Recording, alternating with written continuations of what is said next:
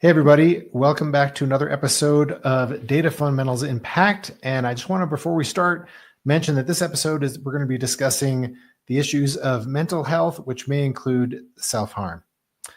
Today's topic specifically is about responsible AI. And we're going to be talking about things like ethics and mental health, privacy, legal implications, and all the rest of it. And we're very happy, as always, to have a guest with us. And this month's guest, a repeat visitor, is Dr. Serena Huang. And so, Serena, why don't you start us off and tell us a little bit about yourself? Yeah, thank you so much for having me back. It was such a blast to have conversation with all of you and then getting a chance to meet you in person last month in Birmingham. So great to be back.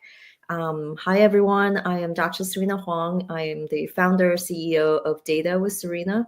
I'm a keynote speaker on AI as well as corporate trainer. On the topic, I currently travel the world, 3 continents, giving talks on these topics. And I take a very balanced human and tech approach because they are both important. So great to be here today. Thanks for having me. Great. Ginny, do you want to go next? I'm Ginny Von Porter, but I also wanted to say, and Serena, you are the author of a book too on this topic, right? Yes. Yeah, it's quite great. Show us the book. Show us the book. Oh, it's behind you. I see it. It's behind me, but I also have a copy where you can see clearly. Cool. Yes. So I've developed a responsible AI framework in this book that I'm excited to share a bit more today and tell you a bit about why I even got into it in the first place. Great. Thank you. I'm so glad you're here. I'm Ginny Von Porter. I'm author for LinkedIn Learning and part of the Data Fundamentals Unpacked collective. Robin, to you. Yeah, I'm Robin Hunt, and yes, we're all LinkedIn learning authors, but I think it's also good to note we author content for others. Happy to be here today and really excited about this topic. When excited is a loose term, but when Serena was preparing with Bill for the stakeholder panel and conversation there and that we had in Birmingham, there was a part of the brief that I said, I don't think we're going to have enough time to really give this justice. And yeah, so excited to have the time to do it now. Bill, back to you. Sure. Thank you. Yeah. And we don't have time to cover it fully today, right? Like this is a huge conversation. Before we jump into it. Yeah. So I'm Bill Shander. I am a data storytelling and visualization person. That's what I teach, among other things, on LinkedIn Learning. And I do some other stuff too, but let's get to it. Let's get to this really important topic because, yeah, we don't have enough time to cover it all.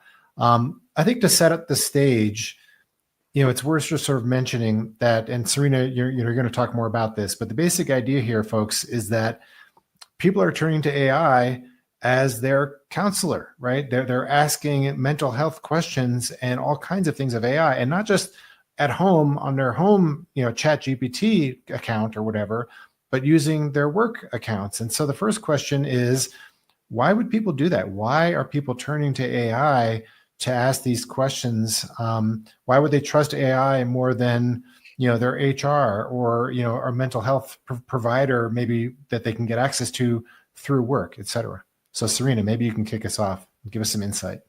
Yeah, great question. And I will first say, of course, not everyone is doing this, right? There are some people who are comfortable reaching out to managers they trust, reaching out to mental health care professionals that they have access to, whether through work or personal, and getting help that way when they need to. But there are also others who perhaps because they're afraid of the consequences of reaching out that they don't. And instead, they wanted to hide the fact that they need help and they are dealing it with some other way. And I think it's really fascinating that for people who may not treat AI that way, it's hard to imagine why someone would go there for that conversation. But keep in mind, sometimes the line between coaching and therapy or even mentoring are blurred right? I Mm. could go to AI, maybe it's ChatGPT, Gemini, or even Microsoft Copilot, and I just ask a question about how can I better present myself? How can I develop executive presence? That's a feedback I got. How do I get there? Then I started a conversation with my AI on other related topics. Well, I had this really difficult time at work with a colleague, and maybe that contributed to lack of executive presence. Is that what is going on? And then it goes further. Well, I have things going on at home too. Maybe that's impacting how I'm showing up. Mm. So you can see quite, quickly in just 3 little prompts, you can go from very professional career coaching to maybe more personal coaching or even therapy. And perhaps people start to share that I'm struggling because my child was recently diagnosed with X, Y, and Z. And maybe it's not your own mental health issues, but it's impacting how you're showing up. So we don't register those as like, I'm going to AI and treating it as a therapist. But in some cases, you can quickly get there. Wow. So just to illustrate that. So I think, I want to just jump in real quick because you know, it's hard for me to imagine you have stats on people not participating in EAP programs, right? Like they don't yeah, participate in the no, EAP program. So for my brain, it's extremely hard for me to make the leap. How if we're not participating in the employer related programs that are meant to help us, that are completely free, to go into another employer sponsored tool, like seems so awkward. But what you just described kind of made me understand, like, oh wait, so maybe someone isn't really taking it to go there, but because of the way it operates, yes, it helps us get there. And that makes me deeply concerned. Like, get deep concerns about that because who has access to that information? Like, right. if you had one person who is the overlord of all information in the organization, that's not appropriate at scale. And also, like, people are probably not thinking, hey, maybe I don't need to put these, like, if they're going down this path, it may not occur to them if they haven't been specifically said to don't put your private life in here. It's not trained for that. So I hope we can talk about that a little bit. It's a concerning thought. And Robin, here's the thing, even if you have those disclaimers, because every enterprise AI tool does have those disclaimers, right? Don't put in sensitive information, no PII, and no, your own personal information, certainly. But when someone really needs help, or if that line is blurred, then maybe they, just for that one prompt, they lose sight of it. And yeah, to your point, I hope every organization has the privacy policy in place where the person who has access to all these logs isn't sitting there looking through everyone's conversation. Like, that will be highly unethical. But keeping in mind the organization, right? Every IT organization has access to all your emails anyways, right? Right. How is that different? Why does it feel more creepy, right? We feel like it's more creepy if, at least in my conversations with people, they think, yes, I know IT has access to all my emails and even my Zoom, but I didn't know they have access to my conversation with ChatGPT or whatever other tools. And that's, why don't you think that? And many people kind of refer to this as like, well, that feels like a private conversation with a person, even though I know it's not a person. So that's the difference, right? We know emails have been tracked since whenever emails came out, but the thought of like, I'm just having a side chat with my companion, friend, what have you, or even AI who can help me get through a difficult day. That's it. There's no harm in that, right? And I wouldn't think that private conversation is visible to someone else. Well, to your point, it's also the speed of that conversation. Like, you ask a very professional, work-oriented question, like, how can I develop executive presence? And then back and forth, back and forth, back and forth. You're not like constructing an email with over 10 minutes and then sending it off and waiting an hour for a response. Yes. That back and forth, as you implied, it's like suddenly I'm divulging things I don't even realize that I'm doing. Yes. which is like a whole different ballgame. Yeah, it's. I had never thought about it that way either. And like Robin, I couldn't understand how this could happen, but now I can absolutely imagine how you can end up Absolutely. doing something like that. Yeah. So thank you for being willing to share that. Like, Yeah. it's really important. Yeah. And it's the model where we're talking about having a conversation, right? I mean, Mhm. it's absolutely synchronous, just like human conversation. Mhm. It's the same Yeah. as picking up the phone, but you get to type. Oh, I don't even have to do that. I can dictate. Yes. So I Yeah. can see somebody actually sitting there dictating all of their prompts in, and it's going to feel very much like a conversation. So I'm not surprised that people go, wow, I thought that was private. Because it feels like it should be, Right. Yeah. right? It Intentionally, does. It does feel like it should be, but then it's also like work. Right. So Yeah. it's like it, you know, but we're gonna have, okay, we have susceptible population, right? There are gonna be people that are susceptible Yes. to this, and then there'll be some of us who are like channeling, where like we know how to navigate these. You know, I've cared for my mental health for a really long time. I know how to navigate myself. I've dedicated trying to get there. Yeah. So the susceptible, how do we protect them? Yeah. If they're going to do it at work, then it becomes an employer's either responsibility or problem. Yeah. So how do we navigate that? And then if you've got teenagers Yeah.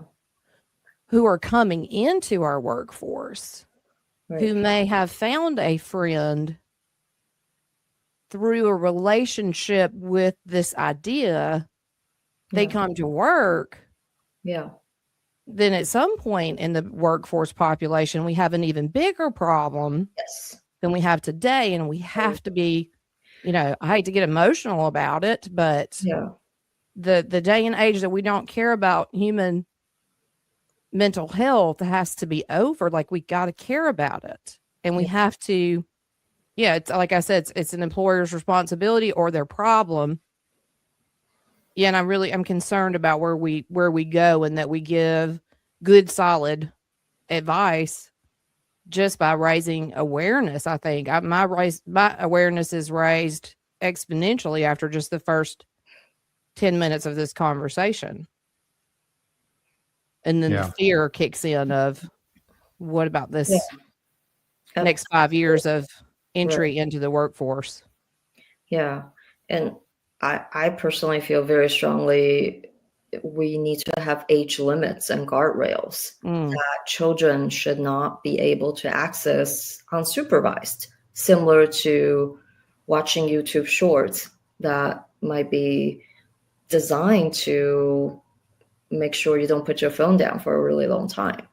We need to protect that population, and it's really difficult to do that because we have adult users for the most part who are okay protecting themselves, but then we have teenagers who might be running into issues at school, and maybe they're using it for homework 99% of the time, but that 1% of the time they're talking about serious issues like, I'm getting bullied, what should I do?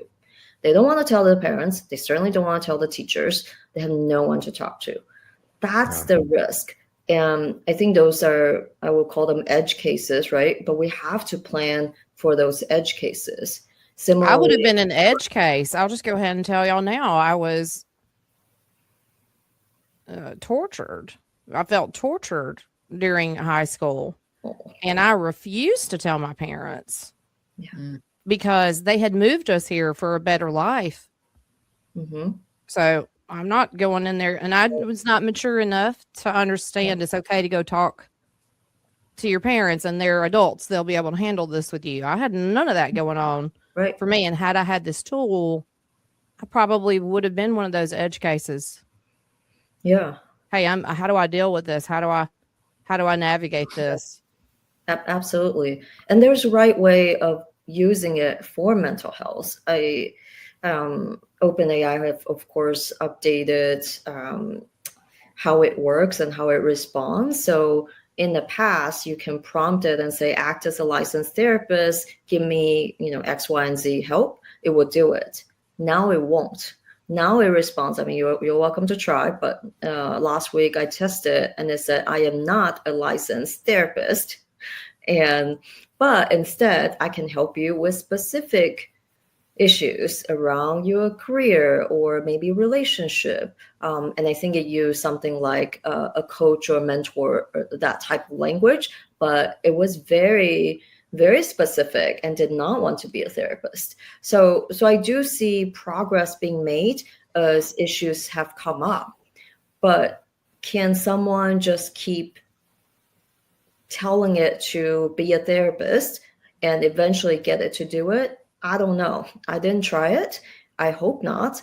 But you can also, not tell it to be a therapist and ask questions and get something similar to what a therapist might say. So where is that line? I think the line has to be, certainly the organizations building AI need to be responsible, but it's also our responsibility, and that's why I create so much content on this, is to educate the users so they can protect themselves. Yes. One thing, Serena, I know you've talked about is the fact that people are using not just AI, but answering surveys, and someone's answering a work survey, and they're putting information there that's actually quite private. And I know you've also talked about the idea that whether it's in AI or in surveys or other, but specifically the number that you've thrown out there is how many people are sharing suicidal thoughts in their AI conversations. And I think specifically at work, or is that sort of across work and private accounts? But maybe you can talk a little bit more about that. And to your point about guardrails, like, how do you even put guardrails around that? Right. Great question. So my understanding is that the 1 million number is across multiple types of accounts. And it's an estimate of, X% of the conversation has these topics in it, and multiplied by the total user base at OpenAI. So that's how the news arrived at those numbers. It's still very concerning, right? Without seeing all of the log, we if you look it up, you'll get to see some of those prompts, and it is terrifying how someone might get there. And but if you think about it, back in the Facebook days, there were groups, right, where people would talk about their mental health issues, right? Maybe it started off as like, we support each other. It's a support group, and we all have the same issues. But then at some point, it turns dark. It becomes a helper forum for how do we continue to stay sick, if you will. And so, trigger warning, like eating disorders, for example. Yes. Those forums, I remember seeing some of them become something like, well, this is how you can stay thin and not gain an ounce. That is not what will be helpful. But who is monitoring that? And so yes, and the problem with AI is AI cannot really see you and like a human therapist can, from your body language, how you look, and really tell where you are. So even with the voice mode, right, it doesn't necessarily know the emotions that you're feeling and how close to the edge you are that day. So yes, and basically my point is, through all the data analytics work I've done and leading things like employee surveys in large organizations, when you get enough responses, 10,000, 20,000, 50,000 and more, at some point you're going to run across someone using it to vent, and maybe someone using it as the only channel I have to tell someone that I'm struggling because I feel so alone. And yes, it's easier to blame the loneliness pandemic and the lack of human connections. But at the end of the day, how do we help that person? I think it's a more urgent question. So whether it's someone deciding to disclose they're struggling on the employee survey that has nothing to do with mental health, or they're going to AI that is paid for by the company for productivity purposes and asking AI to help them with that. The question might be, how do we provide guardrails? In an organizational setting for surveys, for instance, you can set up simple guardrails like creating a mini bot internally and look through all the comments. So like a person is not looking through the comments, but the bot can extract, hey, there's someone in particular organization that is struggling potentially based on what we're seeing, and then quickly alert the people who need to be alerted. That could be right, the senior leader of the organization, the HR business partner, the legal team, compliance, what have you, to try to solve the issue there quickly, because time will be of the essence in those cases. So you could do that. And that is just such a Pandora's box. yes, Yeah. absolutely. I mean, that's a Pandora's box. I know. Yes. Are you familiar with the Yes Madam scandal? A year ago, year and a half ago, there's an Indian, I think a beauty company, and so like it was like a meme, or not a meme, but like essentially like a thing that went out like on LinkedIn or Twitter or somewhere. People showing a screenshot of an email they got from their company, Yes Madam. Oh yeah. And it said, okay, thank you all for taking our survey about work stress. Really appreciate all your input, and we're acting on it. Thank you so much. We have decided to let anybody who's reported they were deeply stressed let it go. Yeah. And so, but it's actually not true. So essentially it comes across as like, oh my God, these people are evil. It was actually a PR campaign to talk about how they were putting like a work stress, employment program.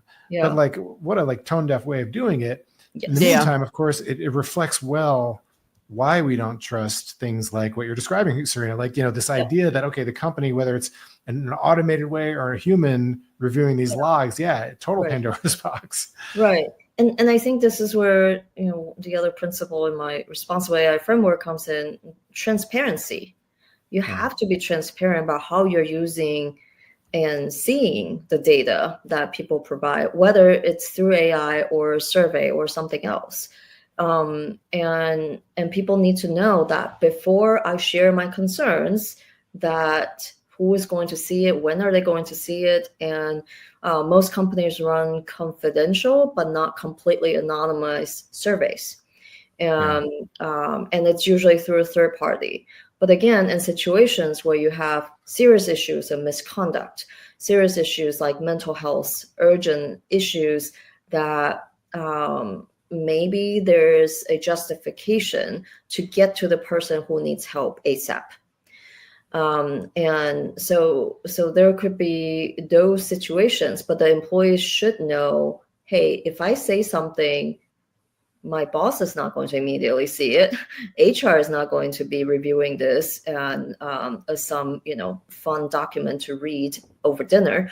No, this is all protected. But in situations where someone is going to hurt themselves or hurt others, then it's the company's responsibility to take action to protect employees. So and then it's like autonomy is another principle. Do I then get to opt out of it? If I see this and I said, you know what, I'm not cool with it, I don't want to take the survey, or I don't want to talk to this AI, can I turn that off? Is it possible?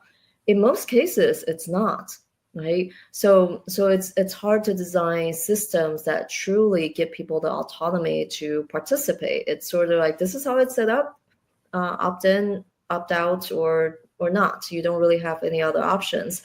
But we need, especially in the era of AI, I think there's like this increased desire for having agency. At least I'm starting to feel it. I don't know about you, but it's becoming more and more important. And I particularly don't want data to be tracked, captured without my consent, without me knowing where it's going and who is going to see it, how it's going to be used. I think we're going to see a lot of legal litigation. I can't imagine in the United States some of the stuff's not going to land in the Supreme Court. Yeah. Just because, like, first of all, I don't really think people fully understand what a large language model and all this tech is really doing with Gen AI. Yes.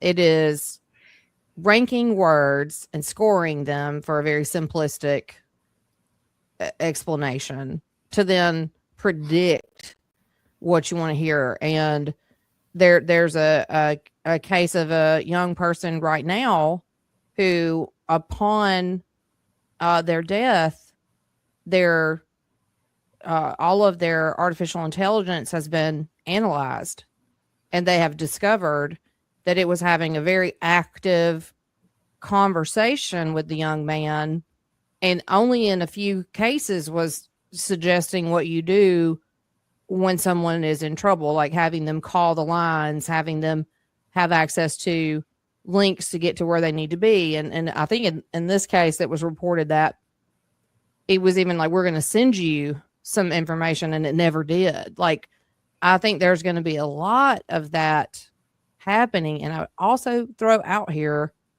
that we have a more significant problem than we think in this area, because if this is the numbers of ChatGPT, it's not the only platform. Mm-hmm.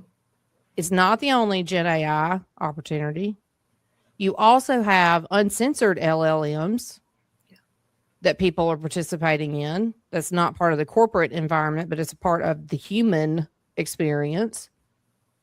And you can't tell me an uncensored one is going to tell you all of the appropriate conversations that you need to have. So, like, I just think we have a baseline of information that we're going to study probably for the rest of my entire life.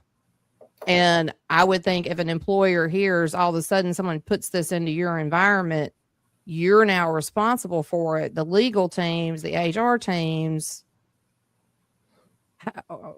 you know, at scale, that's a huge amount of people to be responsible for, when we know that the ideas that people have, if they put it in there, that's a lot of risk and privacy. Think how slow the legal system works too. It's like, you know, like, remember when social media came out and we all said, boy, don't give that to kids. That's going to be a disaster. Correct. And here we are a million years later, and Australia is finally putting this ban. We'll see if that even works. But like, I hope it mean, does. it takes a long time to figure this stuff out. So meanwhile, a lot of damage can happen. Yes. And we have this uncertain, it's not just the speed. You know, yesterday's headline was that the current president of the United States thinks that he's going to sign an executive order that no state has the right to be able to write laws regulating AI. Yeah. So, you know, so by the time that works its way through the court, but in the meantime, folks who have been working on it, you know, the states that are taking the lead on this are like, you know, so what do we do now? We fight it out. We wait till it gets to the Supreme Court. But in the meantime, we have organizations trying to make decisions about what it is they should be doing and what good practice is, right? I mean, that's the problem. The problem is that there isn't a legal infrastructure to address this. Nobody's legislating on this at a federal level. You know, saying all of our laws will be federal would be nice if we had folks actually competent to make laws and policy right now. So we have an even longer delay. So my question is, I'm going to tell a little tiny story. Okay. I have a friend who worked for one of the big three automakers. And this guy is an executive. And he gets an email one day from some person he doesn't know in the IT department saying that they have reviewed the names that he has given to files and folders. I'm not kidding you. And that he should quit creating names that he thinks of as comedic because they're non-professional. Wow. Okay. Because he had things like reports to the board, BORED was one of the examples. There was a list of examples of how he should be more compliant, sent by somebody he'd never heard of. And that was how he knew for the first time that somebody in IT was spending their time, their personal, right, their work time, going through file names and folder names. So how long does it take to win back trust Yeah. from him or anybody he told this story to about who's going to be viewing AI, that sort of thing. So my question for Serena is, if you're leading right now, if you're in a leadership role in IT, in HR, in legal, how do you help create some kind of safety so that people even feel they can use AI? That is a good question, and absolutely, you are spot on. I help organizations with AI transformation and adoption now, so I do see actually really kind of the two tails of people racing to adopt, and they use AI for everything. And then there's the people who are so afraid to try because, well, to your point, right? There's no trust, or they don't know what is okay, what is not okay, what is safe, how to really protect themselves. So they just choose not to use it. And so we need to create, if you're a leader, a framework on what is safe, what is not safe, first of all, for your employees, right? Give them examples of use cases that are definitely appropriate and then definitely not appropriate, because there's a lot of gray area. That doesn't help with the gray area, because this is where most of the risk actually happens, is you go from the middle to suddenly the red, right? And but at least, for those who are starting from zero, who are too afraid, they at least have the safe ones to go and start on AI, so they are not left stranded on an island with nothing to use. And then the people who are like, gosh, AI is the best thing since sliced bread, and I will use it to plan everything in my life. Maybe roll them back a little bit on, maybe don't share that private conversation you have with your spouse, and that fight over dinner. Maybe let's not do that, right? So I'm not saying someone actually doing this, but you could imagine, right? Because people use it to Somebody might be. vacations all the time. So Well, like I'm watching a commercial last week, and the commercial is this guy who's using whatever, Gemini, Chat GPT, whatever, to ask what he should make for dinner and what wine he should have and what small gift he should have for the woman for the first date at his home. Yeah. It's not, for me, a big leap from there to No. how I make my boss happier at work. Yes. I'm sorry. That's like, if I get good advice here, if I get the girl Y'all blow here. my mind today. Y'all blow my mind today. I really have struggled to understand how this could be an issue in the workplace. And Jenny, again, you've just given a beautiful example Yeah. of how If it works for me here, why in the world wouldn't I use it at work where I get paid? Yeah. Right? I mean, and there is kind of a question, right, about if I were using my own Chat GPT and I'm not using it at work, but I'm still giving it all the information about what's happening at work. Yes, That is sitting outside. Yeah. Go Right? there. Bigger problem. Go there. That's shadow AI. But yes. I appreciate, Serena, I appreciate the idea that we can create good uses. I mean, clearly, right? Here are things we, in our organization, this is what we use Chat GPT for. Yep. In our organization, we do not want you using Chat GPT for these things. Right. Because, is that enough? The reasons are, no, it's a start. It's more than a lot of organizations are doing. I love now, it. right? I think that's practical. Give me something to begin with. Yeah. You think about a mountain road, it has guardrails. And if you go 90 miles an hour straight into those guardrails, you will go over the cliff, right? But the guardrails will help if you're just sort of sliding a little bit on an icy road and you're going 25. So, yeah. And actually, so 100%. It's not 100%. Yeah. Yeah. Serena, so, you have the responsible AI framework. You mentioned two of the principles, I think, autonomy and transparency. Yeah. And so what are some of the other ones that apply here? Maybe they sort of apply to some of these things that we're talking about. Yeah. A big one is human oversight. So accountability and human oversight is a big one. We hear people say, oh, let's keep human in the loop in AI. Have you ever heard of that? Yeah, I say it all the time, but I actually mean it when I say it. Right, right. Yeah. But here's the thing: in a large organization, when we say human in the loop, and you roll out something as big as Microsoft Copilot that touches everything, or ChatGPT that's available for general AI purposes, who is the human in the loop? Who are the humans in the loop? Who is Mia, it? can I play devil's advocate and say I'm the human in the loop in some cases? Ah, I As the like that. user? Yes. You mean as the user, you are the human in the loop? As a developer, as the user, as the creator, Yes. for where I have designed, I'm not suggesting I'm not going to continuously design applications, okay? Because applications, like I love custom applications.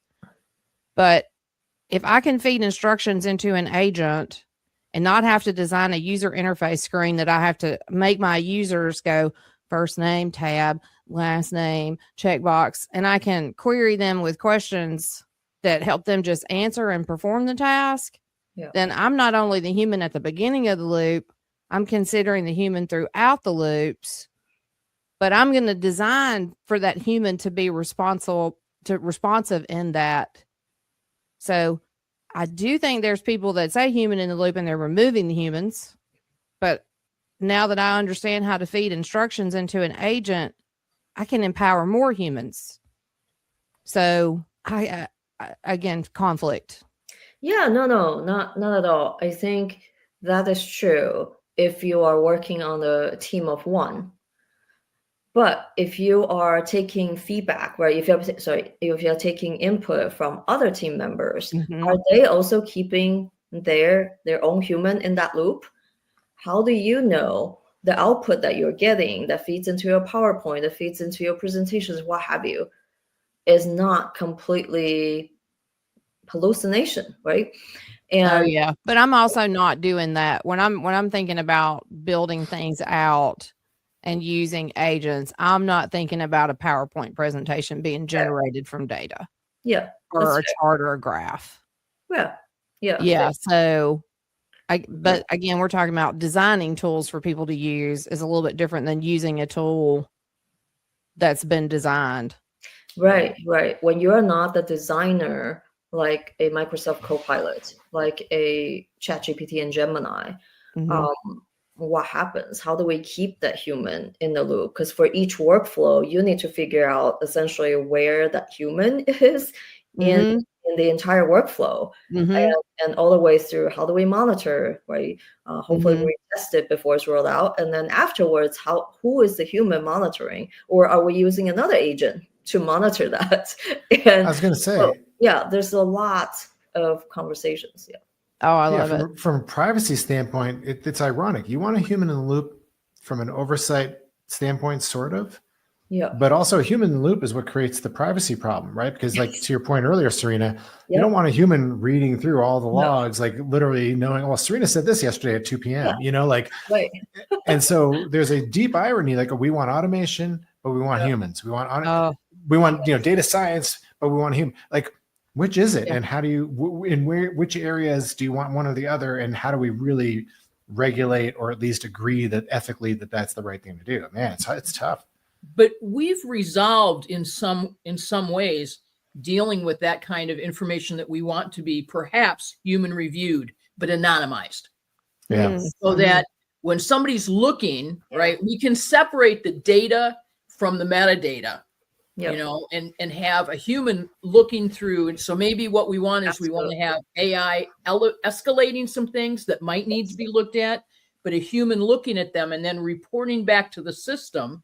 Right. But they don't know that it was Serena or Jenny or Bill or Robin. They just know that a person who they can't identify. Now, hopefully that where that breaks down though, is when the user writes, and so my boss, Bill in IT, is like, and the person who shares my cubicle, we know who you are now. Right. Yeah. And so I mean, people may actually use that to call out their bosses in leadership. Sure. It's possible. In the Yeah. hopes that someone's reading Yes. the nightmare that they're under.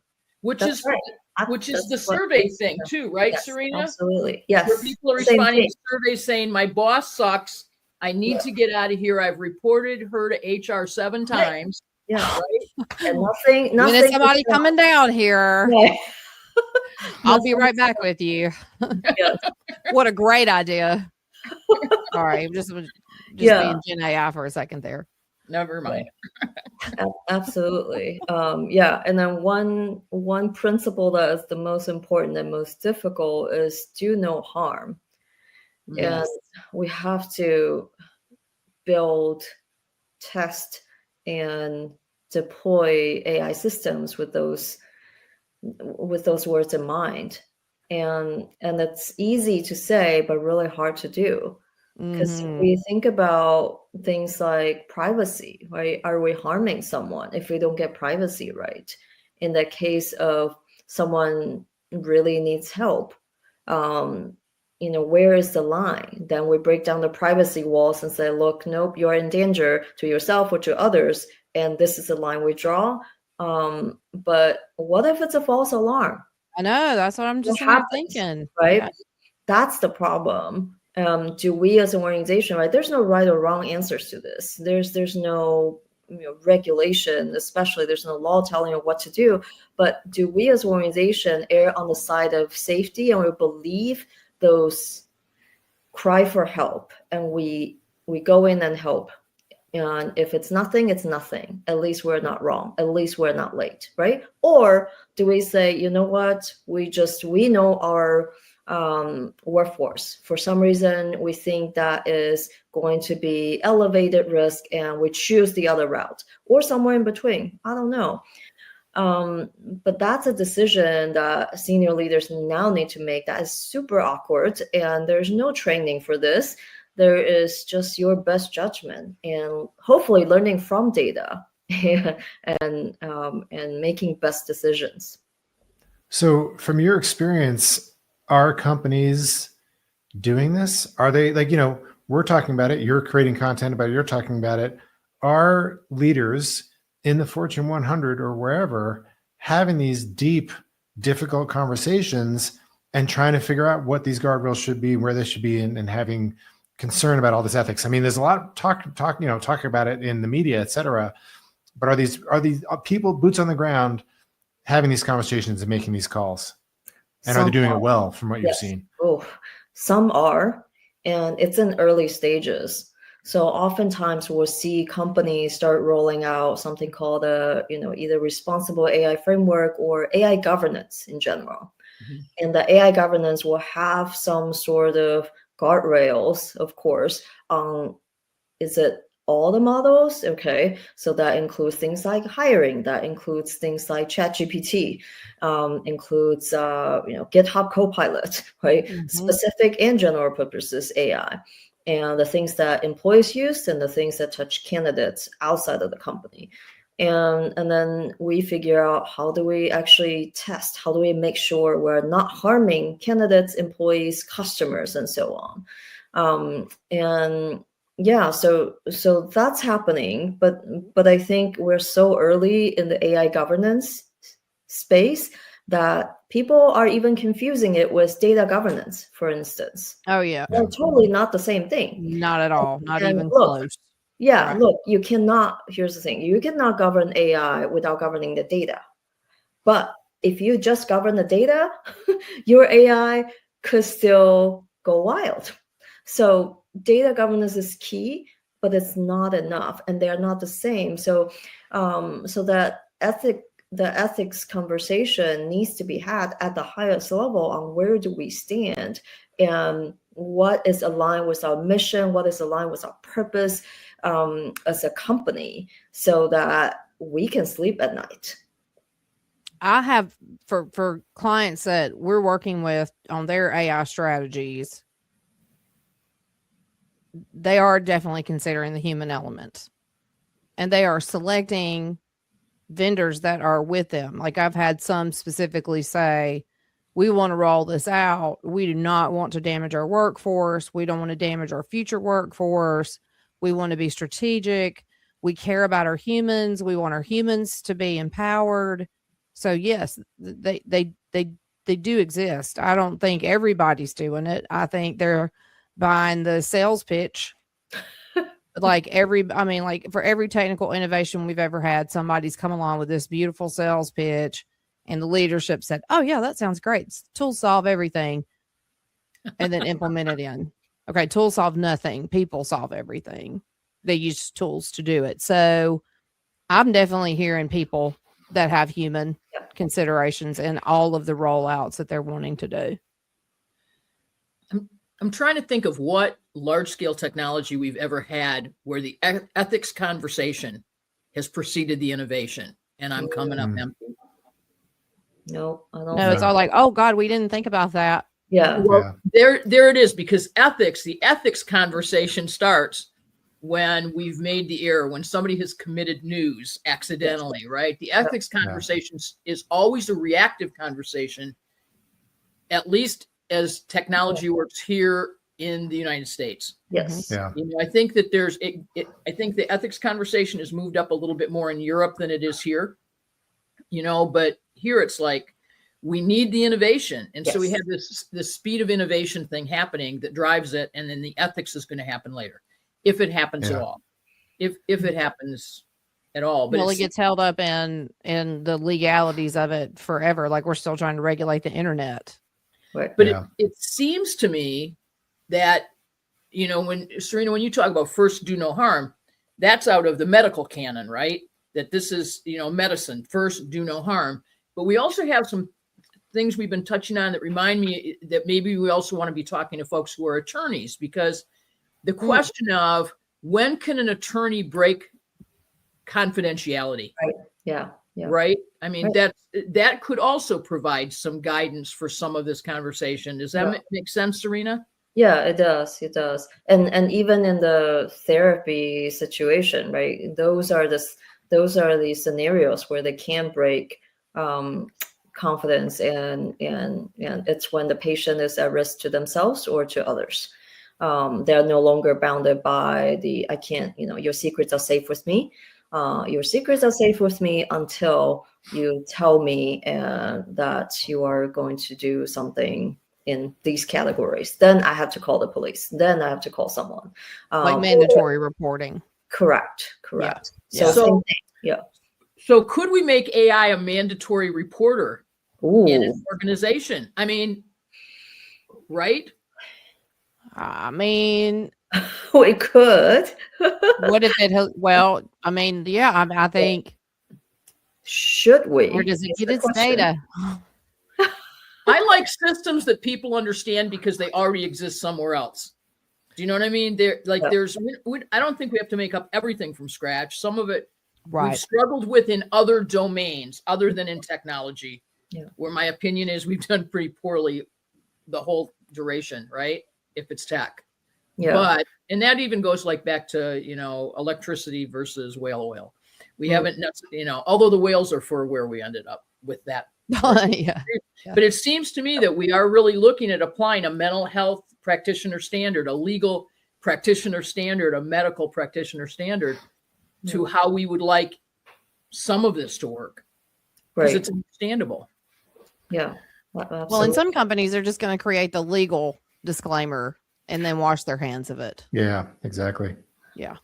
Yeah. You know, when you talk about ethics and you talk about these standardized ways of looking at it, the Hippocratic Oath is a good model. I agree, Jenny. I think it's a great idea that the legal standard for mental health practitioners is a good one. And when we think about ethics, especially in the tech world, but it goes way beyond, what's a classic ethics question? It's the trolley problem, right? Yeah. You have someone on the tracks over here, you have 5 people on the tracks over there, the trolley's coming. Which way do you send it? Which was the more ethical decision? And, either don't take an action and one person dies, or take an action and 5 die, or whatever, the reverse of that. Long story short, the problem with AI, and it's, to Serena's point, we don't know what we don't know yet. It's so early. It's hard to envision the trolley problem in every iteration that it could possibly take. And so how do you create ethics when you don't even understand? It's a total black box. We don't understand the potential issues. And then on top of that, for companies, and, I don't have the answer to this, Serena, maybe you do. Are there ethical questions where, okay, the benefit, the answer to the employee's advantage is in direct opposition to the answer that's to the company's advantage and the shareholders and the blah, blah, blah. And so, it's not so easy to say, oh, we're human first. Well, these humans count too, sometimes more, often more. Where are those questions that are where we have a direct conflict to solve? Gosh. That's good. Oh man, this is why philosophy majors are finally having a comeback. They are taking these roles in ethical AI. A joke, but it's true. And those are the conversations to be had. Is do no harm to whom? Yeah. Who is prioritized in that conversation? And I do see lots of organizations updating very regularly those disclaimers, those legal documents that employees have to sign to use AI. It's not just something you onboarded and then you sign, you don't see it again. No, this is a living, breathing document because of how quickly AI is moving. These things are getting updated. So that is encouraging to me, but it's also scary at the same time. Where, well, are we sure where look, employees are not going to spend their precious time reading all these legal documents day in and day out. So the lawyers will do their job and they will draft something amazing and detailed. But how do we make sure people actually understand them as things change? Whether it's you just copy and paste it into ChatGPT and ask it to tell you what it means. Yes, that is one way to do it, right? As long as your organization allows you to upload, copy and paste internal policies, that is. I mean, that's actually like if you're having a hard time understanding an internal policy, yeah. It's not doing its job. Yeah. So like here's where like things like shadow AI happens, right? Oh, okay, if I can't do this at work, then nothing's preventing me from using my personal device that is not tracked by the company to do this instead. And most of the time employees don't have malicious intent, right? It's like, hey, I just want it fast and this is fast. That's it. But then suddenly you have internal data that goes outside.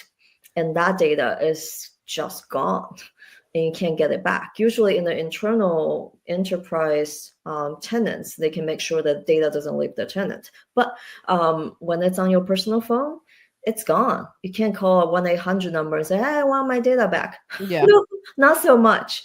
Yeah. So yeah, I think, gosh, there's so much to be done. And I think it's both ways. I feel like it's a shared responsibility between the employer, the leadership team, and also individual employees who want to make sure their data is protected and their future is protected, right? If you think about the lawyers who got into trouble for citing cases that don't exist, Right. and it's gonna be really hard to get a job after that. So yes, That was just somebody being lazy, though. I look at that as if people were doing that type of stuff beforehand, trying to skirt the systems in play. So I think you're going to have to always combat someone not having a good work ethic or misunderstanding how to do things. Sometimes it's not a work ethic issue. It's just a lack of understanding. And maybe that policy wasn't really clear. You said something at the leadership summit. I want to kind of dial back a little bit. You said on the personal device usage, the company gives you this little version, but you got the full blown cat's meow on your phone. Which one you going to use? Yeah. You're going to go to your phone. Right. I shared a like, gosh, I hear this so much, and I don't know if it bugs you, but it bugs me when people say AI transformation or AI adoption is not about tech. It's about people, it's about culture, it's about process, blah, blah, blah. Yeah, sure, it is. But guess what? It's also about tech, because if the tech doesn't work, there's no adoption. People are not going to adopt what doesn't work. So you don't need the people or the process when your tech doesn't work. That's the foundation. That's good.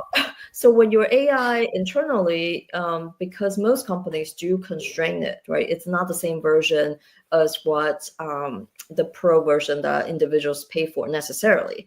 There might be restrictions on what you can put in there, what you can do. So suddenly you have this more restricted, it's not less capable, it's just restricted compared to your own. And when you got used to it, maybe you are an AI champion and you love it. So you've been using it for 3 years, but the company has only had it for a year and a half, tops.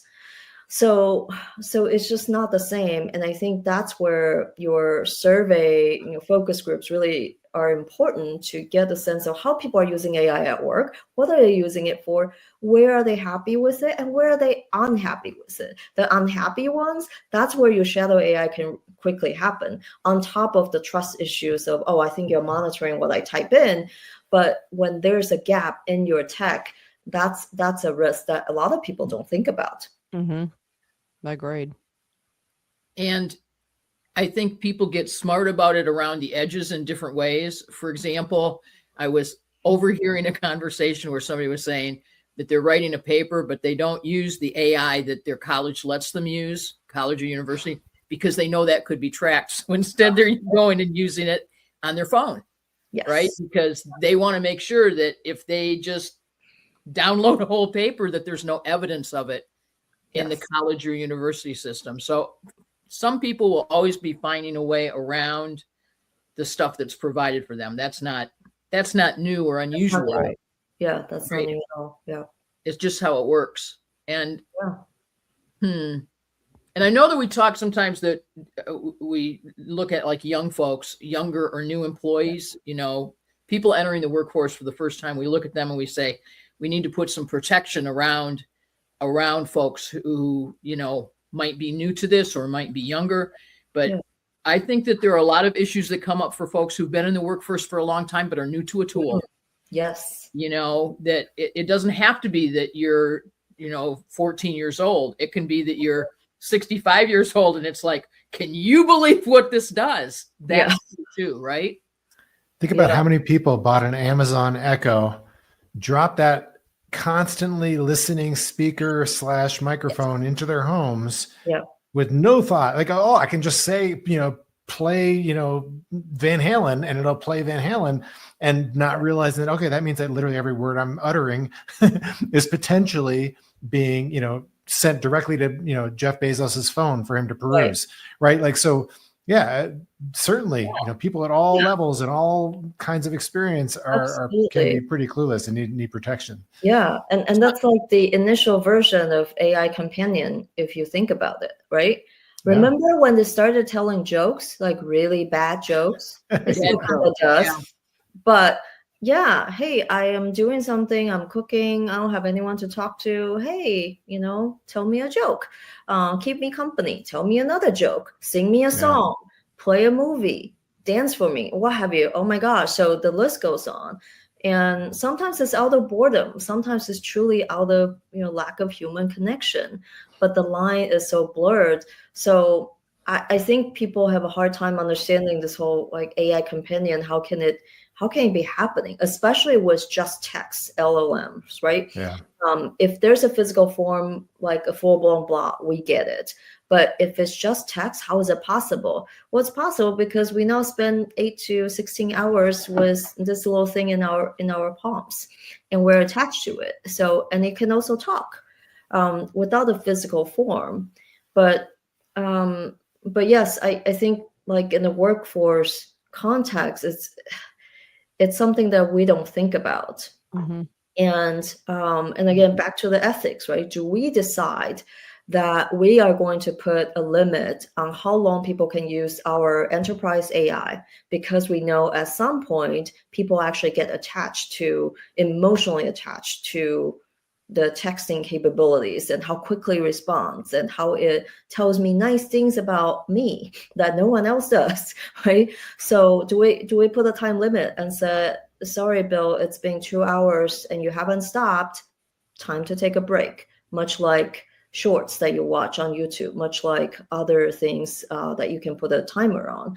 We don't think about that as much. Or, hey, someone is like going excessive and it's 16 hours a day. That is high risk.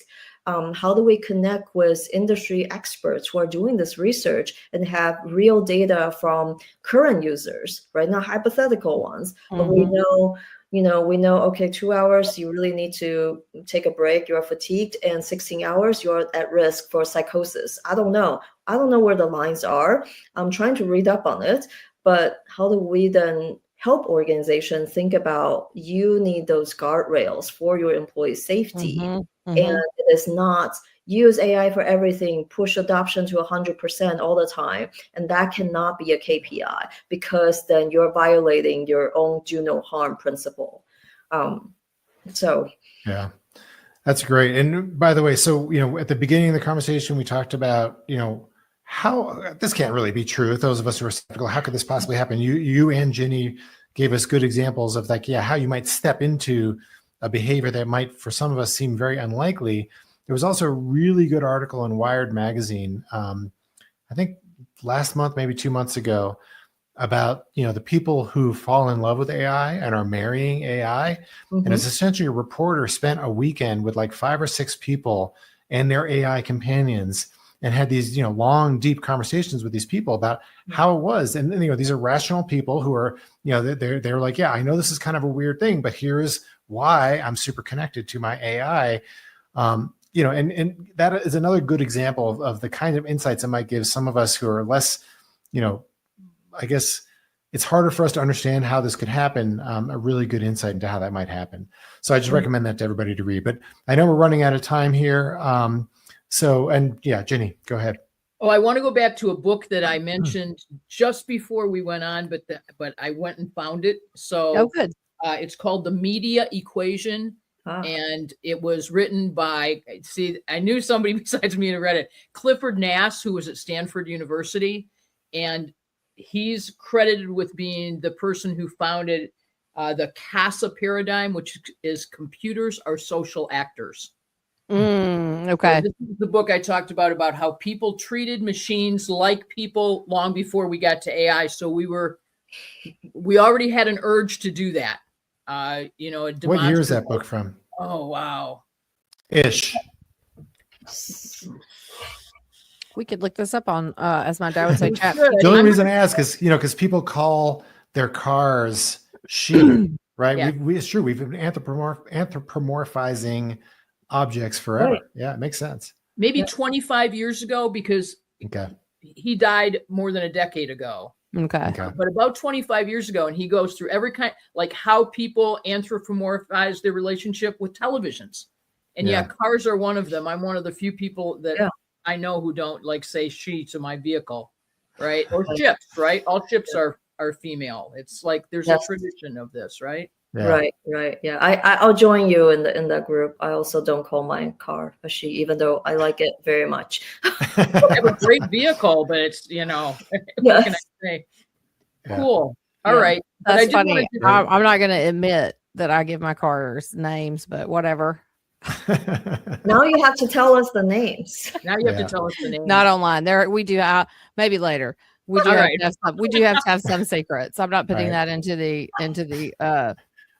AI. We don't want AI to know about that one. No, it already knows about my miniature corn obsession. So we might as well, and we got to worry now. Vegetables for sure. This has been really good. We've covered a lot of ground in this episode. I think I would love for us to continue the conversation as we learn more. We can do more. Yeah, it's definitely been impactful to me on a selfish level, because I've been trying to get my head around I know we have a problem coming with our younger and our susceptible population, but I really have had a hard time getting my head around how do you get here? And you guys have both, Ginny and Serena, have answered that for me beautifully today. And I will then use that message to go and share with others, which I think is what's amazing about us as a collective, being able to chat. So thank you. You're giving us a lot of good stuff there. Yeah, thank you all for having me. I think it's a great conversation. Bill, I'm glad we finally got to talk about this. Yes. Definitely. And hope we get together again. Yeah, we'll definitely do that. Huge and important. For anybody in leadership, often we're talking about IT stuff that's mostly the realm of either IT or the C-suite, but this is sweeping across organizations. Yeah. There are very few people in leadership who don't need to be concerned about the issues that you're raising, Serena. So thank you so much. Yeah. And to Serena's point earlier, leadership, they're making decisions, but guess what? We schlubs, we got to make our own decisions day by day and what we do with our AI and our tech too. And so it's everybody. Yep. Yeah. Absolutely. Absolutely. All right. Awesome, guys. This has been great. I'll do one final quick plug. If anyone's interested in how to measure well-being, employee well-being at work, I have a LinkedIn Learning course, and of course, it's in my book. And happy to chat about responsible AI anytime. Thanks. Fantastic. Fantastic. Okay. See you next month. Bye, everyone.